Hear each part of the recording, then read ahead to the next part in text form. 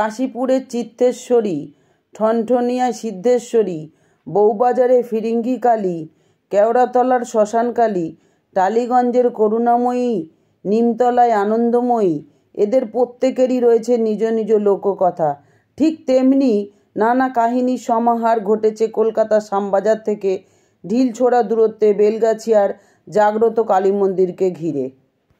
আজও জ্বলছে সেদিনে সদবার চিতার আগুন। একমাত্র কলকাতায় রয়েছে মহাকালের এইরূপ বিগ্রহ। এটা হচ্ছে কলকাতার খুবই জাগ্রত তারাশঙ্করী পীঠ। এই মন্দিরটি সম্বন্ধে আমি বিস্তারিত বলবো, অনেকেই জানেন না, কিন্তু ভীষণই জাগ্রত। এই তারাশঙ্করী পীঠে যে মহাকাল বিগ্রহ রয়েছে, ভারতবর্ষের অন্য কোথাও তেমনভাবে কিন্তু দেখা যায় না এরকম মূর্তি।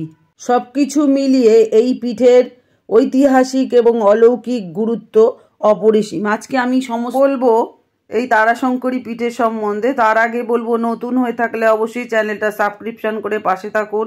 তথ্যমূলক এমন ভিডিওগুলো সকলের সাথে শেয়ার করুন, লাইক করুন, কমেন্ট করুন, একটু পাশে থেকে উৎসাহ দিন, তাহলে কাজ করতে উৎসাহ পাই। তো যাই হোক, আজকে চলুন সোজা চলে যাই তারাশঙ্করী পীঠের সম্বন্ধে। যদি কখনো কলকাতায় আসেন অবশ্যই এই মন্দিরটা দর্শন করবেন, খুব ভালো লাগবে। একদমই মেট্রোর কাছে, মানে বেলগাছিয়া মেট্রো। আমি অ্যাড্রেসটা পুরোপুরি আপনাদেরকে বলে দিচ্ছি। এটা হচ্ছে 143 Dakshindari road, DKD rail colony, Belgachia মেট্রোর পাশের গলি, তারাশঙ্করী পীঠ। জিজ্ঞাসা করলেই আপনারা চলে যেতে পারবেন। তাহলে অ্যাড্রেসটা ভালো মতো লিখে রাখুন। এবার বলবো পুরো এর রহস্যটা কি। একমাত্র কলকাতায় রয়েছে মহাকালের এইরকম বিগ্রহ, তারাশঙ্করী পীঠ। আর উত্তর কলকাতার বেলগাছিয়া অঞ্চলে এই সুবিশাল মন্দির আপনারা দেখতে পাবেন। বেলগাছিয়া মেট্রো স্টেশনের পাশ দিয়ে এঁকে বেঁকে যে রাস্তাটা চলে গেছে তারাশঙ্করী পীঠের দিকে, এরপর বেলগাছিয়া কুণ্ডু লেন ধরে সুবিখ্যাত বেলগাছিয়া ভিলার পরই দেখা যায় মন্দিরের চূড়া। এই চূড়াটাকে দেখতে অনেকটা শিবলিঙ্গের আকারে গড়া। এই মন্দিরের নির্মাণশৈলী এবং বিগ্রহের সহাবস্থান ভারী অদ্ভুত দেখতে। মন্দিরের দেবী কালিকা, যশোমাধব এবং কালভৈরবের মূর্তি দেখতে পাবেন। কারুকার্য মণ্ডিত প্রবেশপথ দিয়ে মন্দিরে প্রবেশ করার পরই দেখা যায় মন্দিরের প্রতিষ্ঠাতা শ্রী পরেশচন্দ্র রাজমৌলিক এবং তার স্ত্রী শ্রীমতী অঞ্জলি রাজমৌলিকের সমাধি মন্দির। সমাধি মন্দির এটা কিন্তু মন্দিরের আগে পড়বে। তারপরে পড়বে ডান দিকে, দেখবেন বিখ্যাত যশোমাধবের রথ। এরপর সামনের সিঁড়ি অতিক্রম করলেই দেখা যাবে গর্ভগৃহ, যেখানে ভগবান আছেন। সেখানে দেবী তারাশঙ্করী বসে আছেন শিবের ওপরে। এরপর যখন মন্দিরের ভিতরে ঢুকবেন, দেখবেন সেখানে আধো আধো আলো, মানে খুব অল্প আলো, এমন একটা পরিবেশ সৃষ্টি করেছে গা ছমছমে লাগে। এই গর্ভগৃহে শ্মশানের পোড়া কাঠে সারাক্ষণ কিন্তু আগুন জ্বলে। বাদিক থেকে ডান দিকে গর্ভগৃহের মধ্যে দেবীর সামনে মরার মাথার খুলি, হাড় প্রভৃতি টানানো আছে। বুঝতেই পাচ্ছেন কেমন মন্দিরটা তাহলে রহস্যময়। আরও রয়েছে এখানে বিশাল উঁচু বেদি এবং তার উপরে ত্রিশূল। ত্রিশূলের গাথা রয়েছে রুদ্রাক্ষ। ওখানে সাদা শিবলিঙ্গ আছে, আর একটি সাপ আছে ফনা তোলা, সেটা ধাতুর। এবং এই গর্ভগৃহে কিন্তু প্রবেশ নিষিদ্ধ, তবে দরজার সামনে থেকে দেবীকে দর্শন করা যায়। প্রায় অন্ধকারাচ্ছন্ন ঘরে স্তিমিত আলোয় দেবী তারাশঙ্করীর যে মূর্তি দেখা যায়, সেই মূর্তিটা দেখলে বেশ একটু ভয় ভয় করে। দেবীর গোলাকার চক্ষুর চাহনিতে উগ্রতা লক্ষ্য করা যায়। মাথায় রূপোর মুকুটে সাপের প্রতিকৃতি। দেবীর দাঁতগুলো প্রকটভাবে বেরিয়ে আছে এবং রক্ত স্নাত, মনে হচ্ছে রক্ত দিয়ে স্নান করা মা। মায়ের ডান হাতে খাড়া কাটারি ও বাঁ হাতে রূপোর নরমুণ্ড বরাব হয়। দেবীর পেছনে একটা চালচিত্র আছে, সেটা দেখে যেন মনে হয় আগুন জ্বলছে, এরকমই দেখতে। গর্ভগৃহে কিন্তু একটি প্রদীপ প্রজ্বলিত আছে। আর এই দেবীর গায়ের রং একদম নীলচে আকাশি। চোখে ভয়ঙ্কর দৃষ্টির দিকে বেশিক্ষণ তাকিয়ে থাকলে ভয়তে বুক কেঁপে ওঠে। কিন্তু খুবই ভয়ঙ্কর আর কি মায়ের রূপ। আর এখানে দেবী কিন্তু চতুর্ভুজা, তবে তারাশঙ্করীর দেহের পূর্ণ অংশ কিন্তু অবয়ব দেখতে পাওয়া যায় না। পাঁচিল দিয়ে ঘেরা থাকায় কেবলমাত্র উপরের অংশটাই দেখতে পাওয়া যায়। একমাত্র কালী পুজোর দিন এবং কার্তিকী অমাবস্যায় গর্ভগৃহে প্রবেশের অনুমতি পাওয়া যায়। এই 2 দিনই গর্ভগৃহের বাইরে দেওয়ালে দশ মহাবিদ্যার মূর্তি দেখা যায়। গর্ভগৃহের সামনে চাতাল এবং তার নিচে হাড়িকাঠ আছে, মানে যেখানে বলি দেওয়া হয়। মন্দিরের স্থাপত্য একটু অন্যরকম। এই মন্দির ত্রিতল বিশিষ্ট, মানে 3 তলা। প্রথম তলে দেবী তারাশঙ্করীর অবস্থান, দ্বিতীয় তলে রয়েছেন শঙ্খ চক্র গদা পদ্মধারী শ্রীকৃষ্ণ, মানে আমাদের যশোমাধব। গর্ভগৃহের বাইরে চাতাল থেকে যশোমাধবের দর্শন করা যায়। এখানে রাধাকৃষ্ণের মূর্তিও পুজো করা হয়। শীর্ষে অর্থাৎ মাথায় রয়েছেন, তৃতীয় তলে অবস্থান করছেন শ্রী কাল ভৈরব। মহাকাল রূপে তিনি এখানে বিরাজমান। ভৈরবের 6টা হাত এখানে। ডান দিকে 3টি হাতে ধরে আছেন খড়গ, মুদ্রা ও কালদণ্ড। বাঁদিকে 3টে হাতে রয়েছে চক্র, মুদ্রা ও কাটা নরমুণ্ড। ভীষণই ভয়ঙ্কর এই মহাকাল মূর্তি। মুখের ভাবও যেন প্রলয়ঙ্কর রুদ্ররূপের প্রকাশ, সাদা ও কালো। ষাঁড়ের মূর্তিও ওখানে দেখা যায়। দ্বাদশ জ্যোতির্লিঙ্গের একই রকম 12টি সাদা শিবলিঙ্গ ওখানে আছে। মহাকাল দাঁড়িয়ে রয়েছেন একটি নিকষ কালো পাথরের ওপর। সব মিলিয়ে এই মন্দিরের পরিবেশ ও প্রকৃতি অন্যান্য মন্দিরের চেয়ে অনেক অংশে পৃথক। এই মন্দির প্রতিষ্ঠার সঙ্গে জড়িত অনেক কাহিনী আছে, তবে সেই কাহিনী কিন্তু জন্ম সময় মন্দির নির্মাণের আরও অনেক যুগ আগের। এই বঙ্গে নয়, উড়িষ্যার জগন্নাথ ধামে এই কাহিনীর সূত্রপাত হয়েছিল। উৎকলরাজ ইন্দ্রদ্যুম্ন পুরীর জগন্নাথ দেবের প্রতিষ্ঠা করেছিলেন, এটা আমরা সবাই জানি। প্রভাসে যখন শ্রীকৃষ্ণের শরীর দাহ করার পর অবশিষ্ট অংশ ভাসতে ভাসতে পুরী সমুদ্র তীরে আসে। এই গল্পটা আমরা অনেকেই জানি যে সেই নিম কাঠ দিয়ে মূর্তি বানান দেবশিল্পী বিশ্বকর্মা। শর্ত ছিল কেউ মন্দিরে প্রবেশ করতে পারবে না যতক্ষণ না মূর্তি তৈরি সমাপ্ত হচ্ছে। কিন্তু বেশ কিছু কাল অতিবাহিত হওয়ার পর রাজা ইন্দ্রদ্যুম্ন নিজের কৌতূহল আর চেপে রাখতে পারলেন না। তখন মন্দিরের দ্বার খুলে ভেতরে ঢুকে গেলেন। সত্য যেহেতু ভঙ্গ হয়ে গেছিল, তাই শিল্পী মূর্তি নির্মাণ অসমাপ্ত রেখেই চলে যান। এই গল্প আমরা সবাই জানি, কিন্তু এর পরের ঘটনা হয়তো অনেকেই জানি না। তখন শিল্পী বিশ্বকর্মা তো চলে এলেন পুরীর মন্দির ছেড়ে, কারণ শর্ত ছিল কেউ ঢুকতে পারবে না মূর্তি যতক্ষণ বানানো হবে। তাই শর্ত ভঙ্গ হওয়ার পর উনি যখন চলে এলেন, ওনার সঙ্গে ছিল বেশ কিছু উদ্ধৃত কাঠ। সেই কাঠ দিয়ে শিল্পী সমুদ্রের ধারে নিরিবিলি জায়গায় নতুন উদ্যমে তৈরি করলেন নীলমাধবের মূর্তি। তবে এটা ছিল শুধু নিজের সৃষ্টি, সম্পূর্ণ করার আনন্দ মাত্র। ওটা একমাত্র ওনার নিজেরই ছিল, মানে নিজের আনন্দের জন্যই উনি ওই মূর্তিটা ওখানে তৈরি করেছিলেন। লোকচক্ষুর সম্মুখে এই মূর্তিও আনা যাবে না, কারণ তিনি নিজেও তো সত্যভঙ্গ করেই এই মূর্তি নির্মাণ করেছিলেন।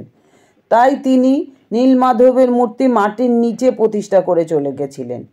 সেই অপূর্ব বিগ্রহ বন্দী রইল পাতালেই। এর বেশ কিছুকাল পরে এক ঘটনা ঘটল। পাল বংশের রাজা যশপাল শ্বেতহস্তীর পিঠে চেপে ভোরবেলায় বেরিয়েছিল পথ পরিক্রমায়। হঠাৎ তার হাতি একটা স্তূপের সম্মুখে এসে দাঁড়িয়ে পড়ল। শত প্রচেষ্টাতেও তাকে সেখান থেকে নড়ানো গেল না। রাজা তখন হাতি থেকে নেমে এসে আদেশ দিলেন, এই স্তূপ ভাঙতে হবে। শুধু তাই নয়, ওই অঞ্চলের মাটি খুঁড়ে দেখারও তিনি নির্দেশ দিলেন যে ওটা কেন আটকে গেছে দেখার জন্য। এই সময় দেখা গেল এক আশ্চর্য দৃশ্য। হাতিটি বারংবার সেই স্তূপটিকে নিজের সুর উপরে তুলে প্রণাম জানাতে লাগলেন। রাজাদেশে মাটি খোঁড়া হলো, প্রথমটাই কিছুই পাওয়া গেল না। সকলেই অতিরিক্ত শ্রমে ক্লান্ত হয়ে পড়ল। এমন সময় ঘটল আর একটা ঘটনা। এক সুন্দর দর্শন মানুষ এসে রাজার সঙ্গে দেখা করতে চাইলেন। রাজা দেখাও করলেন। জানা গেল ব্যক্তিটি একজন শিল্পী। তিনি রাজাকে অনুরোধ করলেন যেন অবিলম্বে মাটি খোঁড়া বন্ধ করা হয়। এও জানালেন যে এর আগে যারা এখানে খোঁড়াখুড়ি করেছেন তাদের প্রত্যেকের জীবনই বিপন্ন হয়েছিল। এই সংবাদ দেওয়ার পর সেই শিল্পী পুরীর জগন্নাথ দেবের মূর্তি এবং তারপর অবশিষ্ট কাঠ দিয়ে নীলমাধবের মূর্তি তৈরির কাহিনী শোনালেন।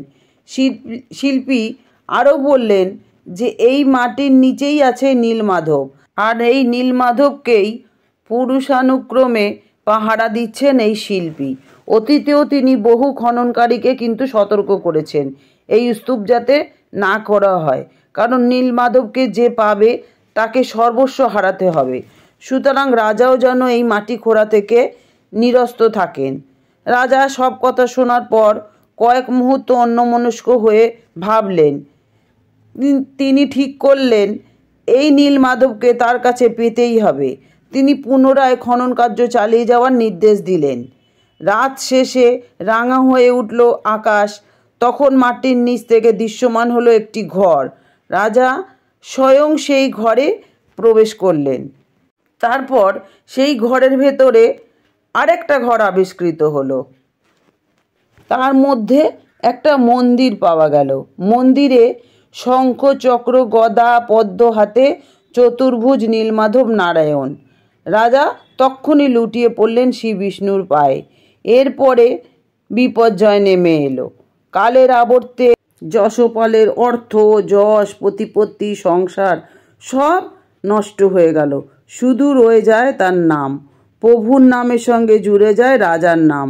নীলমাধবের নতুন নাম হয় যশোমাধব। এরপর একদিন পাল বংশ শেষ হয়ে যায় এবং যশোমাধবের মন্দিরও চলে যায় বিস্তৃতির অন্তরালে। সেনহাটির ধুলো পড়া যশোমাধবের মন্দিরকে নতুনভাবে আবিষ্কার করেন সখীপুরের জমিদার রামজীবন রায় মল্লিক। সম্ভবত সেটা ছিল 1585 খ্রিস্টাব্দ। রামজীবন স্বপ্নে যশোমাধবকে পেয়েছিলেন বলে শোনা যায়। তিনি সেনহাটি থেকে যশোমাধবকে নিয়ে আসেন সখীপুরে। সেখানে শুরু করেন যশোমাধবের রথযাত্রা। 80 ফুট উঁচু সেই রথ টানতে লাগলো 80 মণ পাটের দড়ি। 1971 সালে পাকিস্তানি সেনা ও সেই সময়ের পূর্ব পাকিস্তানের সেনার মধ্যে যুদ্ধ লাগলে যশোমাধবের গায়ে তখন গুলি লাগে, ফলে রথযাত্রা বন্ধ হয়ে যায়। এরও অনেক পরে রামজীবনের নবম পুরুষ পরেশচন্দ্র রায় মল্লিক কর্মসূত্রে আসেন কলকাতার বেলগাছিয়া অঞ্চলে। সেখানকার রেল কলোনিতে বসবাস শুরু করেন তিনি ছিলেন সিদ্ধযোগী পুরুষ। বেলগাছিয়ার দক্ষিণদ্বারী রেল কলোনিতে এক পবিত্র ভূমিতে তিনি খুঁজে পেলেন এক নির্জন স্থান। সেই জায়গাটি তার কিন্তু ভারী পছন্দ হয়েছিল। বট ও অসত্যে ঘেরা এই ভূমিটি সাধনার উপযুক্ত স্থান বলে তার মনে হয়েছিল। তারপর তিনি এইখানেই গড়ে তুললেন তারাশঙ্করী পীঠ। পরেশচন্দ্র প্রথমেই ঢাকা থেকে যশোমাধবের মূর্তি এনে 1 কোটি তুলসী পাতা, দুধের চড়ু দিয়ে পুজো করে প্রতিষ্ঠা করলেন তাকে। প্রাচীন বিগ্রহ প্রতিষ্ঠিত হয় নতুন ঠিকানায়। এরপর সাধক পরেশচন্দ্র নতুন করে রথযাত্রার সূচনা করেন। প্রায় 30 ফুট উঁচু এখানকার রথটা। এই তারাশঙ্করী পীঠে যে মহাকাল বিগ্রহ আছে, ভারতবর্ষের কিন্তু কোনো জায়গায় এই মূর্তি আর দেখা যায় না। সব মিলিয়ে এই পীঠের ঐতিহাসিক এবং অলৌকিক দুয়ের গুরুত্ব কিন্তু আমাদের কাছে অপরিসীম। তারাশঙ্করী পীঠে পূজিত হন কালভৈরব। ত্রিদেবকে পরাজিত করেছেন তিনি। তার এক হাতে ব্রহ্মার মুণ্ড, আর এক হাতে খড়গ, বাকি দুটোতে বিষ্ণু সুদর্শন চক্র ও শিবের ত্রিশূল। পদতলে শায়িত মহাদেব। তারানন্দ ব্রহ্মচারী মহারাজের দাবি, নেপাল ছাড়া ভারতে একমাত্র এই মন্দিরেই মহাকাল মূর্তিরূপে পূজিত হন। এখানেই প্রতিদিন মা তারাশঙ্করীর নিত্য পুজো হয়। নিত্য পুজোতে দেবীকে দেওয়া হয় আমিষ ভোগ। পাতে থাকে অন্ন, ডাল, সবজি, 5 রকমের ভাজা, মাছ, চাটনি ও পায়েস। অমাবস্যা, কালী পুজোয় থাকে বিশেষ ভোগ। এই মন্দিরে পূজিত হন যশোমাধব, সেটা বললামই। বাংলাদেশের ধামরাই জেলা থেকে তাকে আনেন যোগী মহারাজ পরেশচন্দ্র রায় মৌলিক। 1 কোটি তুলসী পাতা দিয়ে যশোমাধবের এই শালগ্রাম শিলা মন্দিরে প্রতিষ্ঠা করেন তিনি। যশোমাধবের মূর্তি নিমদারু কাঠ দিয়ে তৈরি হয়েছে। নিত্য পূজায় যশোমাধবকে নিরামিষ ভোগ দেওয়া হয়, ওনাকে কোনো আমিষ ভোগ দেওয়া হয় না। এই তারাশঙ্করী পীঠের আর একটা আকর্ষণ হলো নরমুণ্ডী আসন। বাঘ, হাতি, শেয়াল, সাপ, অপঘাতে মৃত্যু ব্যক্তি, চণ্ডাল ইত্যাদির 9টি মাথার খুলি দিয়ে সজ্জিত হয়েছে মায়ের এই আসন। অ্যাকচুয়ালি এখানে মা তারাই তারাশঙ্করী নামে পূজিত হন। দেবীর এক অঙ্গে রয়েছে 3 রূপ, উগ্র তারা, এক জটা তারা এবং নীল সরস্বতী। এই মন্দিরের সেবায়েতদের থেকে শোনা যায় যে মন্দির প্রতিষ্ঠার সময় বারাণসীর মণিকর্ণিকা মহাশ্মশান থেকে শতবার চিতার আগুন আনা হয়েছিল। সেই থেকে আজ পর্যন্ত জ্বলছে চিতার এই আগুন। এখনও কলকাতার নিমতলা শ্মশান থেকে চিতার আধপোড়া কাঠ আসে তারাশঙ্করী পীঠে, সেই কাঠেই জ্বলছে শতবার চিতার আগুন। কেমন লাগলো বন্ধুরা এত সুন্দর গল্পটা? আমাকে কমেন্ট করে কিন্তু জানাতে ভুলবেন না। সবার সাথে শেয়ার করবেন এমন সুন্দর তথ্যমূলক ভিডিও। ভীষণই ভালো একটা মন্দিরের সন্ধান আমি আপনাদের সাথে শেয়ার করলাম, আমি নিজেও জানলাম। তো যাই হোক, আজকে কেমন লাগলো সে তো জানাতে ভুলবেনই না। আর বলবো এতক্ষণ আমার সাথে থাকার জন্য, আমার সমস্ত কথাগুলো শোনার জন্য আপনাদেরকে অনেক অনেক ধন্যবাদ। তারাশঙ্করী আপনাদের ভালো করুক, মঙ্গল করুন, আপনারা সুস্থ থাকুন, ভালো থাকুন। কালকে একাদশী সবাই সুন্দর করে পালন করুন। তো আজকে আসি, আবার দেখা হচ্ছে নতুন আরেকটা ভিডিও নিয়ে। টাটা বন্ধুরা, খুব ভালো থাকবেন, আনন্দে থাকবেন। আর বলবো অবশ্যই কলকাতাতে এলে এই মন্দিরটা অবশ্যই দেখে যাবেন, খুবই জাগ্রত এটা।